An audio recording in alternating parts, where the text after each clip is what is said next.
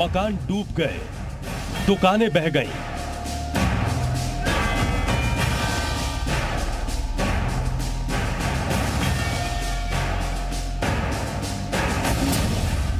कमर तक पानी, मुश्किल में जिंदगानी।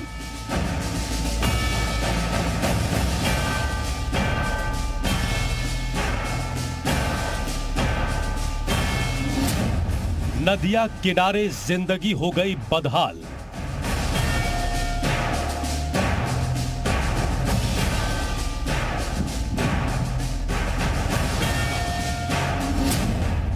हर साल खादर वाले क्षेत्र में यही है हाल।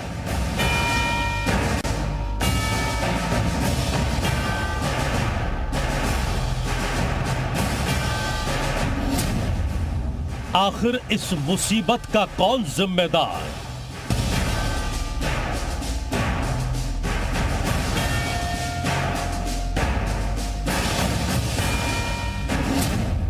अवैध कब्जा, अतिक्रमण और लालच।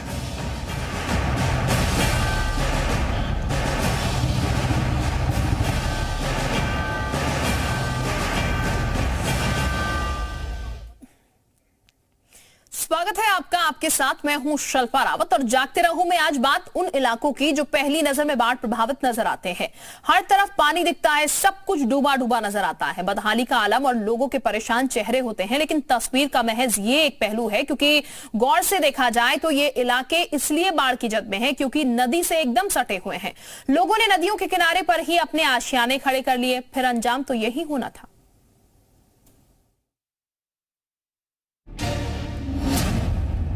इस लालच का यही हश्र होना था। इन इलाकों को डूब ही जाना था,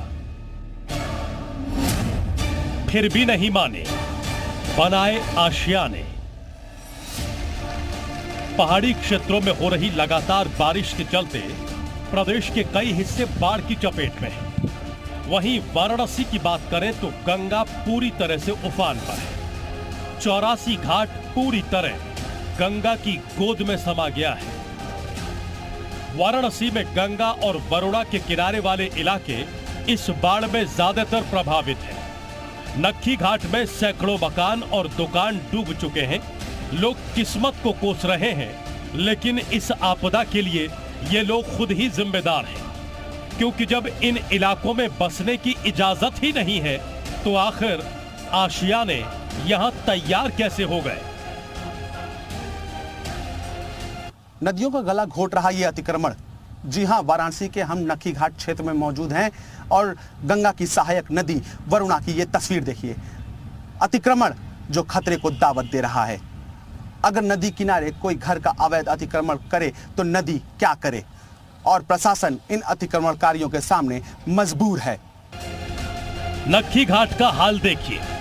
लोगों ने किस कदर नदी के किनारे पर कब्जा कर लिया है, पक्के मकान बना लिए हैं, जबकि इन्हें मालूम है कि इन जमीनों को प्रशासन और बाढ़ कभी भी अपनी चपेट में ले सकते हैं। ये पूरा पानी रहता है, ये देख रहे वो ऊपर जो है ना, ऊपर जो है सब पानी रहता है। अच्छा। हाँ, ये सब पूरा यहाँ तक पानी आता है। लोग घर छोड़ के चले जाते हैं, या जिसका छत है छत पर रहते हैं। हाँ। प्लास्टिक डाल के होता है। बाढ़ आती तो हम लोग नैया से आना जाना होता है, नैया से आना जाना होता है।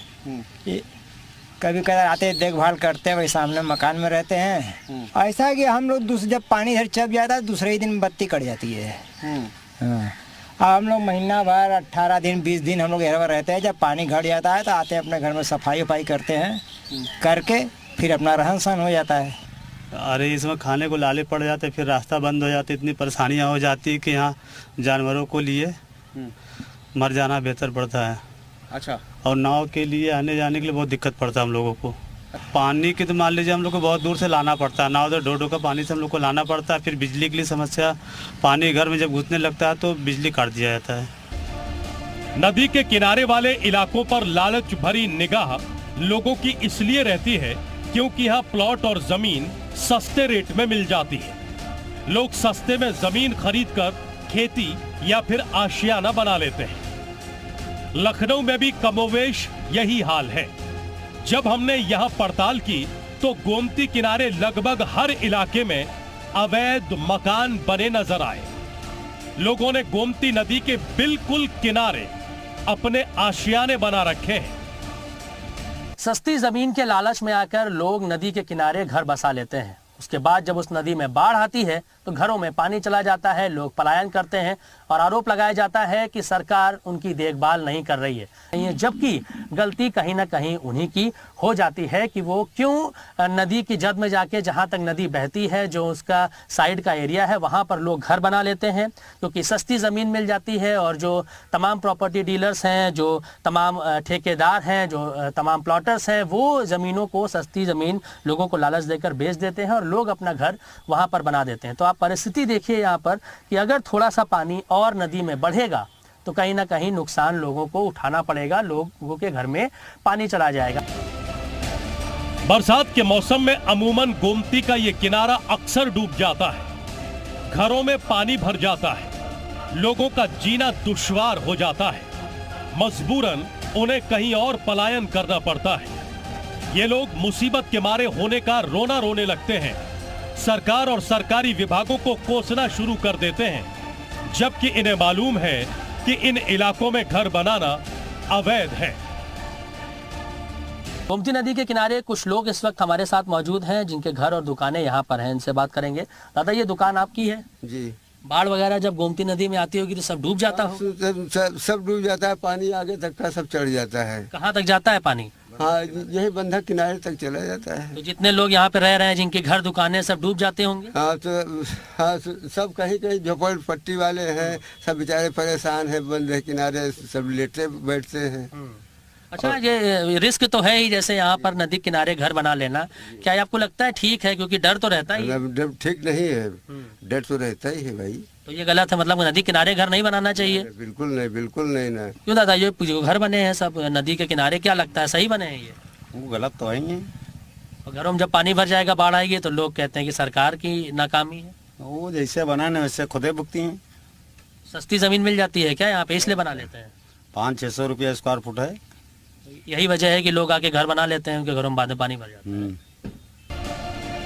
हैरत की बात यह है कि हर साल लोग खादर वाले इलाकों में मुसीबत झेलते हैं, लेकिन जैसे ही बरसात का मौसम जाता है और नदियों का पानी कम होता है, ये लोग वापस मुसीबत के आशियाने में लौट जाते हैं। और कुछ दिन पहले क्या हुआ था, किस मुसीबत में पड़े थे, सब भूलकर वैसी ही जिंदगी गुजर बसर करने लग जाते हैं। ब्यूरो रिपोर्ट, जी मीडिया।